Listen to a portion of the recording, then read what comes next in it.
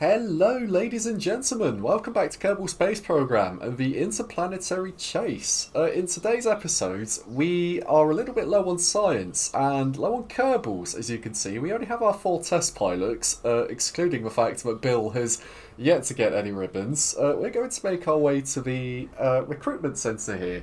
And looking at Munrik here, I think he's got just the right amount of stupidity to join our space program, as does Lido Kerman, the engineer there. So we have a new pilot and a new engineer. Happy days.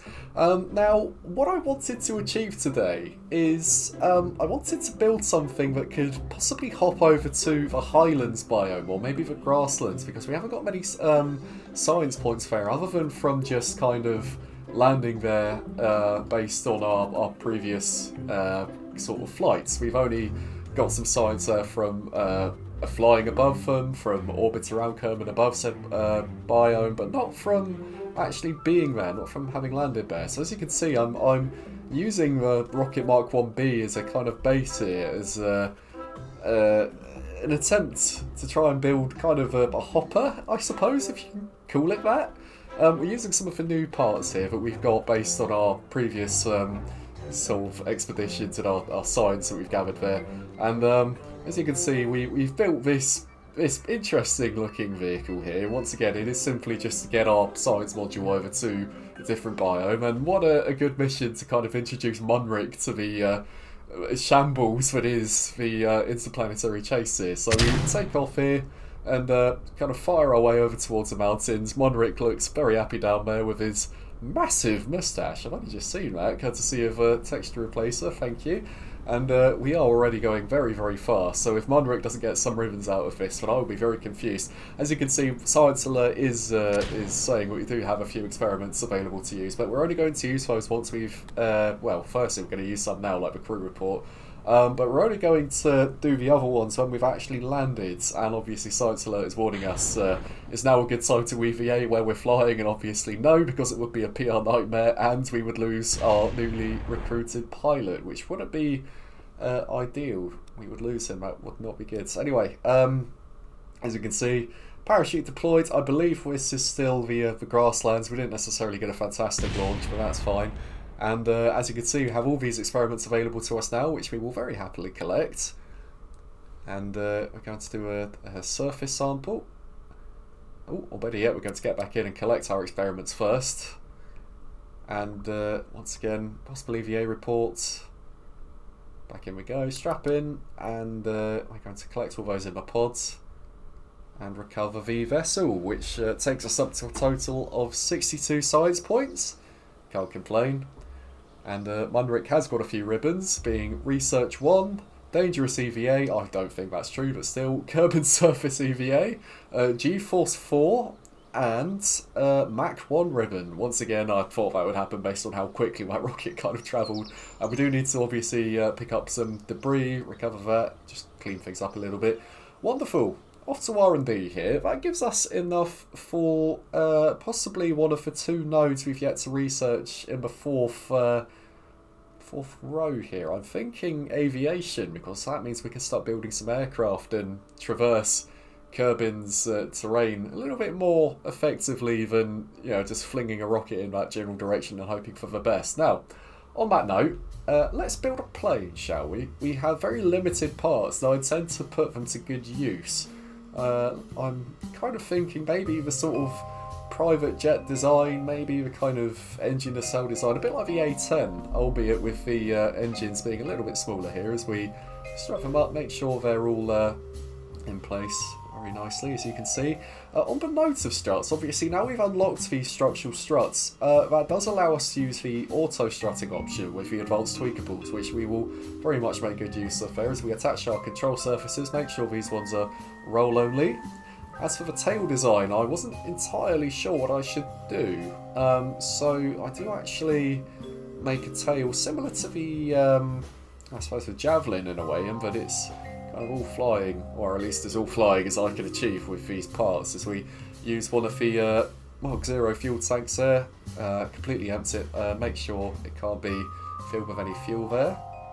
And we're going to use this as almost an attachment point for these tail fins here, which will act as our elevators are a little bit too short, so I have to add another one, but that's not a problem as we offset that part so it looks a bit nicer sat on my table there. I'm not 100% sure if that's completely straight, but fact of the matter is our centre of lift compared to our centre of mass is looking good, and we should have relatively good control authority.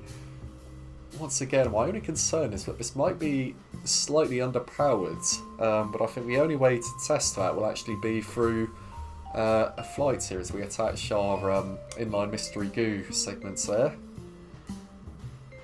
As we save this as the science fly. Now I did have a bit of a brainwave in that I could theoretically create a science module being everything we've had on our previous rockets minus the rockets and the pods, like so. Obviously that already has a good chunk of experiments in there, and obviously the mobile processing units. So we've saved that. We're going to remove the fuselage on the plane, we're going to merge the science module and reattach the fuselage, and there you go. We have all of the experiments that our rocket was previously carrying, and we are set. And obviously I realise that I have not yet added an antenna, which I'm going to do now. The only thing I don't particularly like about this aircraft is the landing gear. Obviously you don't get very good landing gear when you first start kind of going down the aviation tree, but that's not the point. And it would appear that Jebediah has snuck his way into the cockpit. As a result, we're not going to take off just yet. We're just going to deploy some of the onboard experiments on the runway. Reason being is because this is actually the first time we've been on the runway, so we get to collate all these science points as if it's a brand new biome, which we will happily take, as you can see. See if we can get a little surface report, which we can. Problem is, we have to dump that to get back on board the aircraft, so we're going to have to do that. And to brake and recover this aircraft. Once again, that gets us almost 30 science points, and Jebediah has achieved the research free ribbon for earning a total of 100 or more science points. Wonderful. Now, obviously, we need to put Munrik back in because he is the intended pilot. I also had the idea of putting a few parachutes on should we need to stop, because the brakes on these wheels are not fantastic.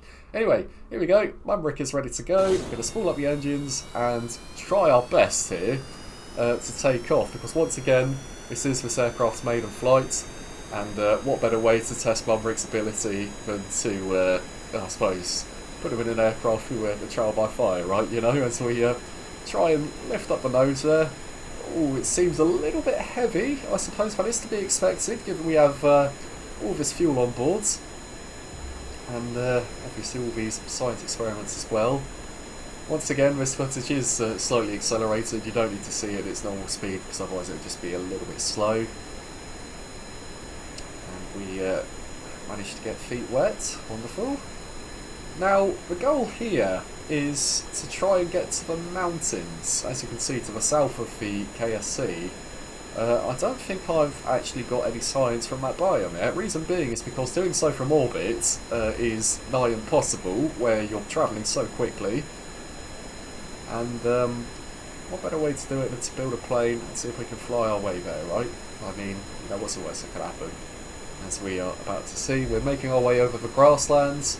Seem to be the highlands, I think. Once again, I don't know how I can check what biome I'm flying over other than using Kerbal Engineer Redux. I may or may not install that. We'll see. It doesn't change much in terms of gameplay per se, so I think that's reasonable.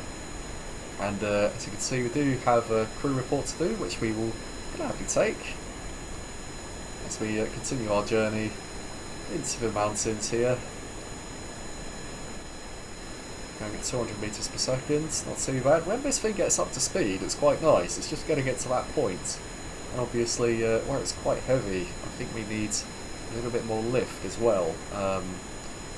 Alas, we've made it to the mountains here, as we take the scenic routes around. Munrik looking very content with himself down there, and I notice something quite interesting coming up on our left here. You can see there's a bit of an anomaly there, being the crystal.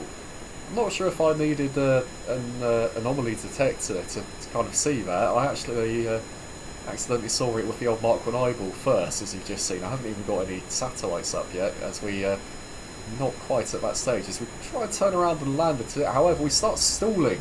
We don't seem to have the power or the lift So in order to save us, I tried to increase the authority on the tail, and the whole thing explodes. I bail out Munrik, and thankfully he is okay, as is the cockpit. So we're going to do a bit of a surface sample here, try and salvage what we can from this mission, if you could call it that. So we head back towards the cockpit here, and obviously we're going to recover Munrik. Didn't get any science from that, although we did get a ribbon, being a 2,500 metre mountain lander ribbon. Very good. So we're going to recover the cockpit and any debris, as you can see.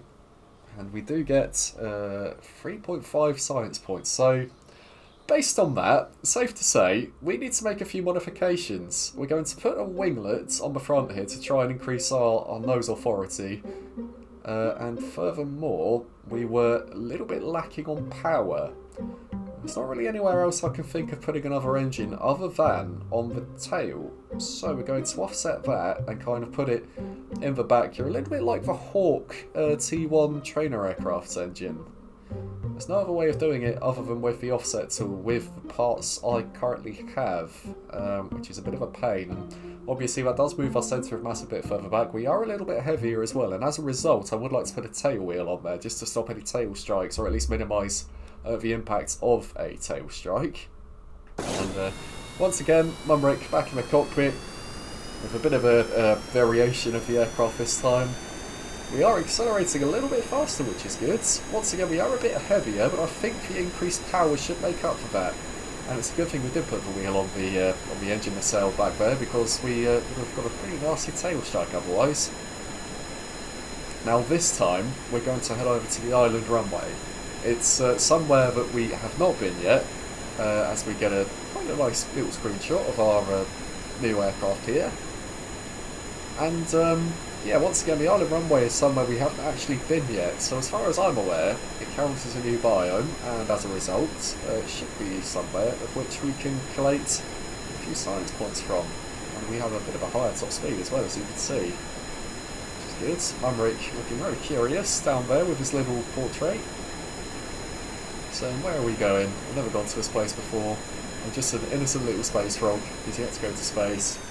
As you do. Right, we're going to obviously cut the engines now. We're going a little bit too quick for an approach here, so we're going to try and bleed some energy, line ourselves up on the island runway.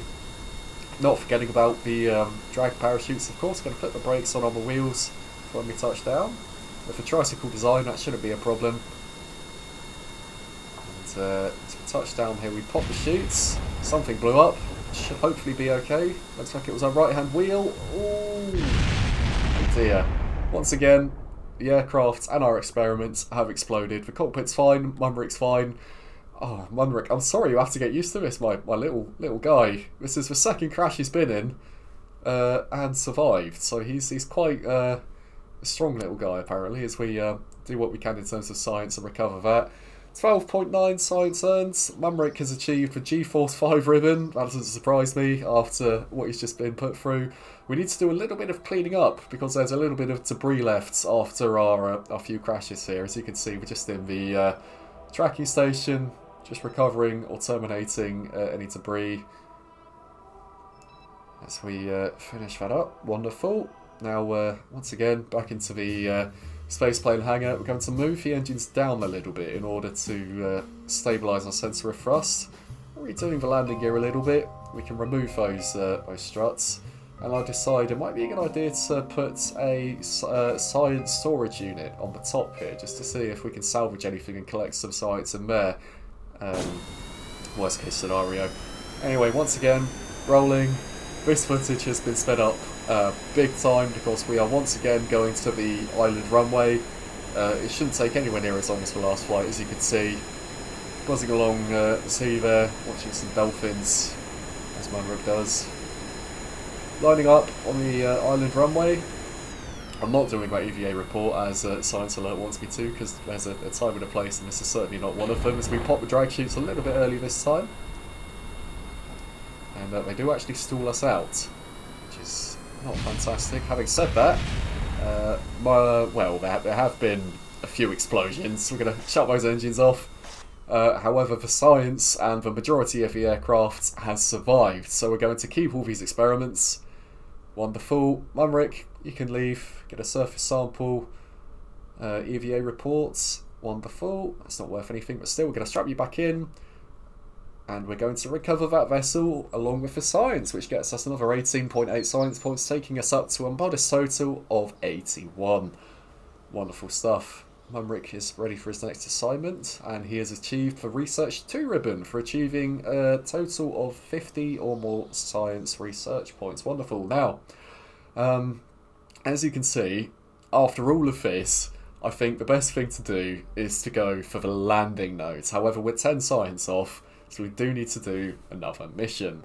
This does have landing legs. It also has landing wheels for retractable ones, and I imagine they're a little bit stronger than the wheels on sticks of which we currently use. And I'm further assessing our parts here. Obviously, advanced construction with the fairings. There's some servos, some robotics. There's also the aerodynamics with some different tiled wing parts. I think we've settled on landing here. So Mumrick, this is your last mission for today. You just need to get us 10 or more science points, and what better way to do so than trying to reach the highlands again. As we leave the runway, and obviously touch the grass here, that's something I need to go ahead and do, isn't it? Turns out this counts as its own biome, being on curving shores, and I haven't got any science from that yet, so we're going to keep those experiments. And we're going to lift off. Almost get a tail strike there, flaring for a little bit of a long time. I think I should have rotated a little bit later, but I can blame it on the fact that I wasn't taking off from an asphalt runway, right? I mean, this isn't exactly an all-terrain aircraft, but as previously demonstrated, it is what it is, right? Anyway, we're going to collect our science over the cockpit and science container unit. I don't think we're at the grasslands yet, or the highlands yet. We are over grasslands. However, I don't want to risk any explosions, as we've seen this landing gear isn't exactly the strongest. So we're going to pop our parachutes here, try and pull up, and end up landing in a bit of a decline, which is fantastic, because that's less strain on the landing gears there. Wonderful stuff. Mumrick, you can go on a quick EVA, get a bit of a surface sample, EVA report, all the good stuff. Get you back into the aircraft there. Now we need to obviously try and rearm our parachutes, which I forgot to do. Annoyingly, we can only seem to reach the front one, which may be a little bit of a pain, as we will see. However, not to worry, because for now we just need to get back to the Kerbal Space Centre and land on a rather hard asphalt runway. Anyway, we are rolling downhill, getting quite a bit of speed. Thankfully we don't break our gears off. And now it's just a matter of getting Mumrick home and recovering our tiny little hall of science, right? As we time accelerate back over the grasslands here. Kerbal Space Centre is in sight. I do like this aircraft, I just need to make it a little bit neater, I think. Although I think we've done rather well, given the parts of which we currently have available to us. So we line up on our final approach. Once again, we do have that drag parachute on standby. We collect all the science we can into the cockpit. And we get ready to pop that parachute. We do that now, brakes on. And try and touch down as softly as we can. Oh dear. Okay. Well, we've lost the mobile processing unit. However, the cockpit and the service bay are intact, meaning we get up to a nice 101 science points. And Mumrick has achieved the collision ribbon, because obviously some debris hit him during our many crash landings today. And in order to prevent this, like I've previously mentioned, we're going to go ahead and assess what parts we have available to us. I'm pretty set on the landing node here, which gives us the small retractable landing gear, along with a couple of parachutes there, some heat shields, some landing legs, some launch escape systems, which will be very useful come some future missions, right, with some rockets. I personally see no downfall to this, so we're going to research that. And that's that. Anyway, as I continue to assess the rest of the parts here, I would like to say thank you very much for tuning in today's episodes of the Interplanetary Chase. As previously mentioned, if you do want to add a custom Kerbal, please leave a name in the comments along with their profession, being pilot, scientist or engineer. I'll do my best to accommodate.